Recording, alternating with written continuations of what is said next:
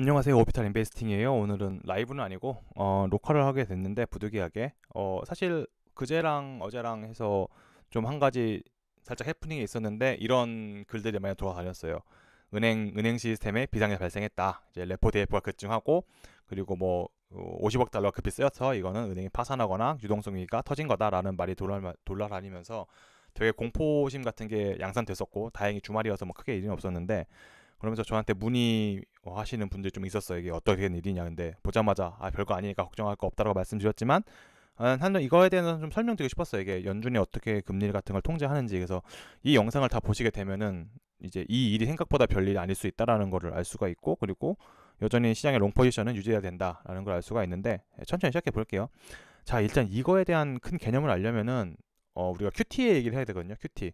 이번 FOMC 때 연방준비제도에서는 QT를 종료한다 했어요. 네. 이 QT는 뭐의 약자냐면은 퀀터티브 타이트닝, 뭐 아니면 양적 긴축 이런 걸 하게 되는데, 이 양적 긴축을 알게 되려면 일단 먼저 양적 완화란 걸 먼저 알아야 되거든요. 예, 이거 뭐야 이거. QE. QE를 알아야 되는데 QE는 뭐냐? 일단은 우리 코로나 때 시장에 돈이 많이 필요하니까, 그러니까 시장이 박살나고 있으니까 연준에서는 우리가 너한테 돈을 줄게라고 하면서 여러 가지 방법으로 돈을 주는데, 그중 방법 하나가 QE였어요. 이거는 뭐냐면은 이게 시장에 이렇게 있으면은 시장에는 채권이 있을 거 아니에요. 근데 채권은 이게 만기가 있고 만기가 다 도달해야지 현금으로 받을 수 있는 거여가지고 사실은 현금처럼 쓰이기는 어려워요. 그래서 연준에서는 이걸 도와주기 위해서 연준 채권을 매입을 이렇게 했죠. 연준은 이렇게 돈을 줬다. 그러면 이게 어떤 효과를 주냐면은 시장에 유동성이 공급되는 효과를 가져오게 되는 거죠. 그래서 이거를 QE라 그러는데, 애초에 근데 연준 자체는 사실은 이렇게 채권을 사가지고 돈을 풀기 위해 있는 기관은 아니잖아요. 그래서 얘네들은 일정 시점이 되면 이 채권 같은 거를 팔았어야 되는데, 그래서 이게 시작된 게 아마 2022년인가 23년도에 우리가 이제 QT를 시작할게요 라고 말을 하면서 채권을 매각하기 시작했어요. 이 매각하기 시작하면서 여기 이제 채권이 나오게 하면서 시장에 있는 유동성을 다시 끌어들이는 효과가 있는데, 이건 어떻게 했냐면 이걸 역으로 생각하면 돼요. 연준에 채권이 많이 있으면은 시장에다가 이 채권을 이렇게 팔게 되고, 시장에 있는 이제 유동성은 다시 준으로 전려 들어오는. 왜냐하면 누군가 채권을 살 거고, 그러면 이 돈은 다시 연준의 창고로 들어오게 된 과정을 통해서 시장에 있는 전체적인 유동성이 감소하는 효과를 가져올 수 있다. 이게 그 QE와 QT를 통해서 연준이 유동성을 컨트롤하는 방법이거든요. 이미 아시는 분들도 많이 있을 거예요. 이 개념에 대해서는.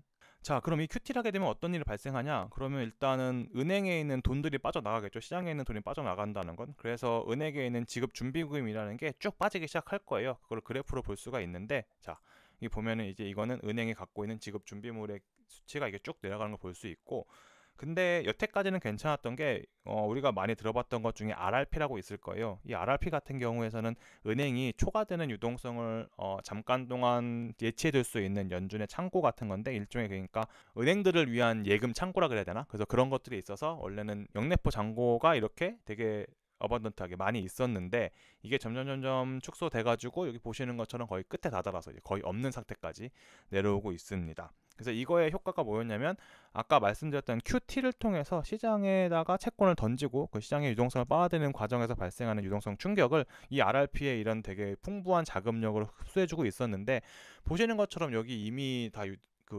영래포가 다 바닥에 붙어버렸잖아요. 그러면서 되게 시장에 돈이 없어지게 되는 그런 실정이 되었습니다. 그럼 이게 도대체 레포랑 무슨 효과가 있냐? 지금 이 레포가 줄어들면서 레포가 스파이크 치면서 은행에 터진 게 아니야 하는데, 사실 그렇지 않아요. 자, 이제 이거를 알려면은 선을 세 개를 그려야 되는데, 하나, 둘, 셋.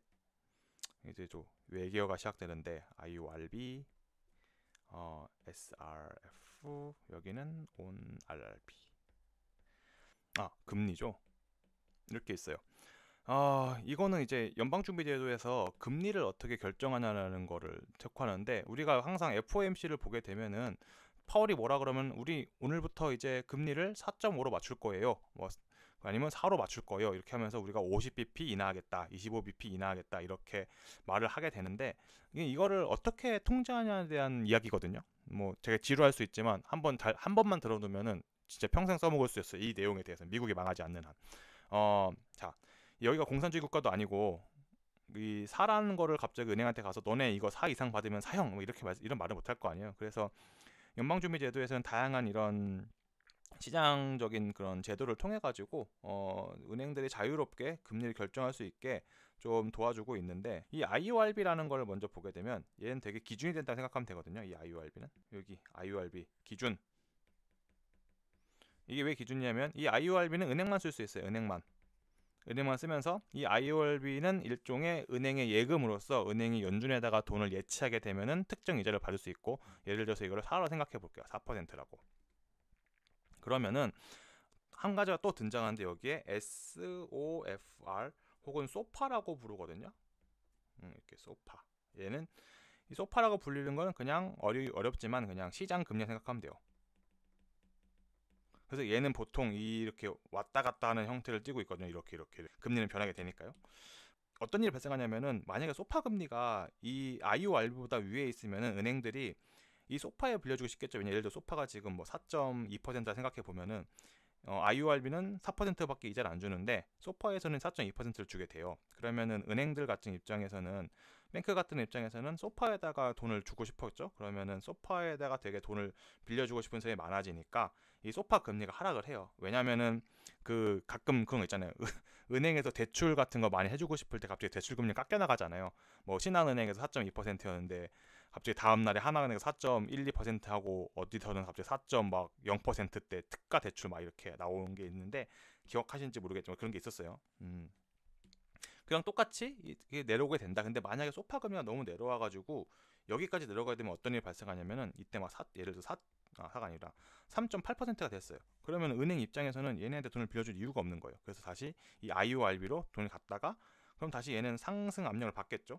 아무도 돈을 빌려주지 않고 IORB를 쓰게 되네. 그러면 이점 올라가서 여기까지 올라가게 돼서 다시 여기에 위치하게 되고 다시 왔다 갔다 하게 되는. 그래서 그래프를 보게 되면 소파 금리는 여기를 이렇게 왔다 갔다 선택을 하면서 지나가고 있는, 선택을 하고 있는 그런 모습을 보여주게 된다. 다음에 볼 게 이 온 RRP인데, 이 온 RRP 같은 거는 사실 지금은 그렇게 신경 쓰지 않아도 돼요. 이거는 은행을 제외한, 모든 은행 제외가 아니라 은행을 포함해서 모든 기관에 쓸 수 있는 게 온 RRP. 그래서 이건 좀 하드하게 연준에서 어떤 금리를 제시할 때 사실 이 온 RRP 금리를 한다고 생각하면 되거든요. 뭐 이건 3.8% 생각하면은, 여기구나. 3.5% 생각하면은 이 소파 금리가 너무 내려가지 않게 방어해 주는 거기도 해요. 너무 내려가게 되면 사람들이 여기다 많이 할 테니까. 뭐 어쨌든 이건 지금 여기까지는 지금 중요하지 않아 가지고 패스하고, 왜냐하면 지금은 여기에 이 단에 일어나는 일들은 사실은 유동성이 풍부할 때 필요한 애들이고, 유동성이 감소하게 되면은 좀 다른 일들이 발생하게 되는데, 어디냐? 이 소파의 이 금리가 이 IORB를 뚫을 수가 없게 돼요. 왜냐면은 이미 이 시장의 유동성이 부족해지니까 돈을 빌려주려는 사람보다 빌리고 싶은 사람이 많아지면서 이 IRB보다 무조건 위에, 그래서 이렇게 소파 금리가 이동하게 된다. 그래서 아마 그래프 같은 걸 보게 되면은, 잠시만요. 어떤 그래프가 있더라. 그 블룸버그에서, 나중에 첨부해 놓을게요. 블룸버그 그래프를 보게 되면은 그런 이제 소파 금리가 이 IOR보다 항상 위에 있는 그런 그래프를 볼 수 있게 되는데, 이게 어느 순간 너무 높아지게 되면은 이 SRF라는 금리를 뚫고 올라갈 때 이렇게 있거든요. 이렇게 갑자기 착 뛰고 올라가면. 예를 들어서 이게 여기가 4.5%인데 갑자기 소파 금리가 5%가 돼버렸다. 그럼 누구나 이제 5%를 빌려주고 싶어 할 텐데, 이때 이런 금리가 너무 올라간 걸 막기 위해서 연준에서는 2021년에 이 SRF 라는 스탠딩 레포 파실리티라는 걸 만들어 가지고, 여기서는 어떤 거 있냐? 우리가 이 특정 금리에 돈을 무한정 빌려줄게 라고 했어요. 은행한테. 이게 어떤 효과를 가져오게 되면은, 만약에 이 소파 금리가 여기를 뚫고 올라가게 되면 5% 돼버리면은 은행에서는 뭘 하냐면은 이 SRF를 가가지고 4.5%의 돈을 왕창 빌려요. 할 수 있을 만큼. 왜 하게 되냐면은, 그렇게 되면 여기 이만큼의 그 0.5%의 이런 무위험 수익을 할 수 있잖아요. 이거를 그 리스크 프리 아비트라지라고도 하고, 아니면 혹은 무위험 거래라고도 하는데, 은행 입장에서는 아무것도 안 하고 그냥 0.5% 이득을 벌 수 있으니까 이 소파 금리가 위로 튀어 오르는 순간에서는 무조건 이 SRF를 열어버려요. 그래가지고 0.5%나 아니면 어쨌든 이 중간 마진을 먹기 위해서 행동하게 된다. 근데 그래서 이 SRF가 뭐냐면 우리가 아까 봤던 이거거든요. 이 레포. 그래서 이 레포가 왕창 쓰였던 게, 를 어떻게 이해하면 되냐면, 시장 금리가 이 SRF 금리 위로 솟구쳐 올라가지고 은행에서는 이 아비트라지를 하기 위해서, 이 은행에서는 이제 이 아비트라지를 하기 위해서 되게 SRF를 왕창 열었다라고 이해하면 됩니다. 그래서 이게 항상 그 은행에 터지는 걸 얘기하진 않아요. 근데 물론 터졌을 수도 있죠. 그럼 여기서 하나 더 봐야 되는 게 이게 도대체 왜 발생했나? 10월 31일 날 무슨 일이 있었나를 생각해 보면 첫 번째와 두 번째가 있어요. 윈도우 드레싱이라 그래가지고 연말이 되면은 은행에서는 좀 그 대차 대조표를 축소해야 되거든요. 그러니까 무슨 말이냐면은 뭐 바젤 3 이거 같이 하지 말까? 뭐 이런 바젤 3라고 하는 은행권을 규제하는 세계적인 그런 규제가 있는데 그 우리 회사도 해봤잖아요. 회사에서도 연말에 회계 감사하거나 아니면 감사 시즌 때 서류 같은 서류 작업하면서 좀 이쁘게 만들려고 일종의 분식 회계를 하게 되는데 이것도 비슷한 거예요. 그래서 은행에서 너무 과도하게 돈을 빌려주거나 그랬으면은 얘네에서는 규제를 받게 되거든요. 그래가지고 아니면은 뭐 어떤 돈을 빌릴 때 금리를 많이 올리게 되는 그런 페널티를 받거나 하여튼 그런 것들이 있기 때문에 은행에서는 월 말이 돼가지고 이렇게 감사를 받게 됐을 때 레버리지를 축소하는 과정을 거치게 돼요. 그렇게 되면 이제 은행에서는 그 시중에 돈을 빌려주지 않게 되겠죠. 이 시장에 돈을 빌려주지 않게 되면 어떤 효과가 있냐면 우리 아까 말했던 이 SRF를 초과해서 이 SRF를 소파가 SRF를 초과해서 넘어가는 일이 발생할 수 있겠죠. 왜냐하면 은행들이 이렇게 윈도우 드레싱을 한다고 그 돈을 안 빌려주기 시작하니까. 그러면 올라가게 되면 또 어떤 업체에서는 이제 우리 이거 아무리 이래도 이 돈을 어떻게 안 먹냐 이러면서 소파를 SRF를 열어가지고 돈을 쓰게 돼요. 두 번째로는 이제 국채인데 걸리셔겠네.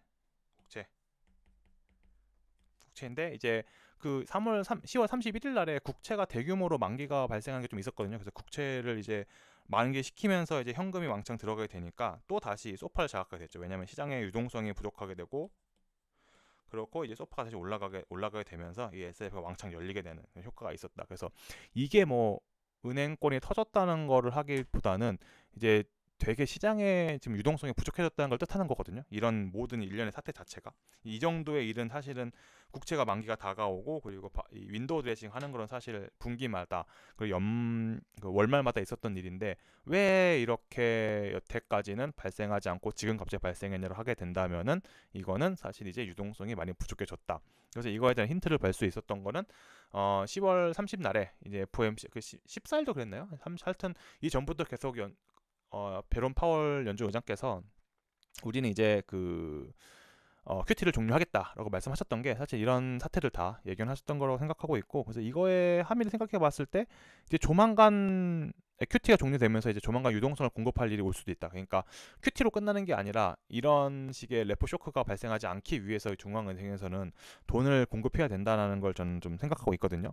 근데 이거를 돌아봤을 때 어떤 게 또 이해가 되냐면은 이날이 이해될 거예요. 왜 갑자기 얘네가 꺾였을까? 이 상승들을 유지하지 못했을까 보면은 29, 30, 31일 날 이 아까 말했던 다 그 윈도우 드레싱과 그리고 국채에 대한 선물 수요, 국채에 대한 현금 수요가 생기면서 시장에 대한 유동성을 쭉 빨아당긴 거죠. 그리고 근데 이제 다시 11월이 넘어가가지고 열리게 되면은 제가 한번 여기서 말씀드린 적은 없긴 하지만 11월 3일, 4일 때 되면 다시 장이 반등할 수 있다고 말씀드렸던 적이 있었는데 그 이유는 이것 때문이에요.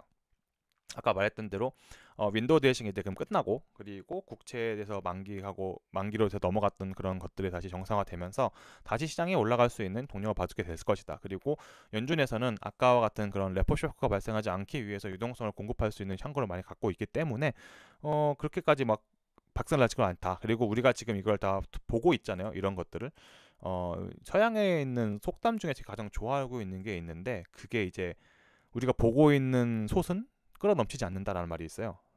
그 말 되게 좋아하는 게 우리가 이렇게 관심을 가지고 이 레포나 아니면 이런 영레포 잔고 같은 걸 보고 있는 한 여기서 뭔가 갑자기 스파이크 쳐서 이게 시장을 박살낼 일은 없거든요. 이게 박살났던 적의 기억은 있죠.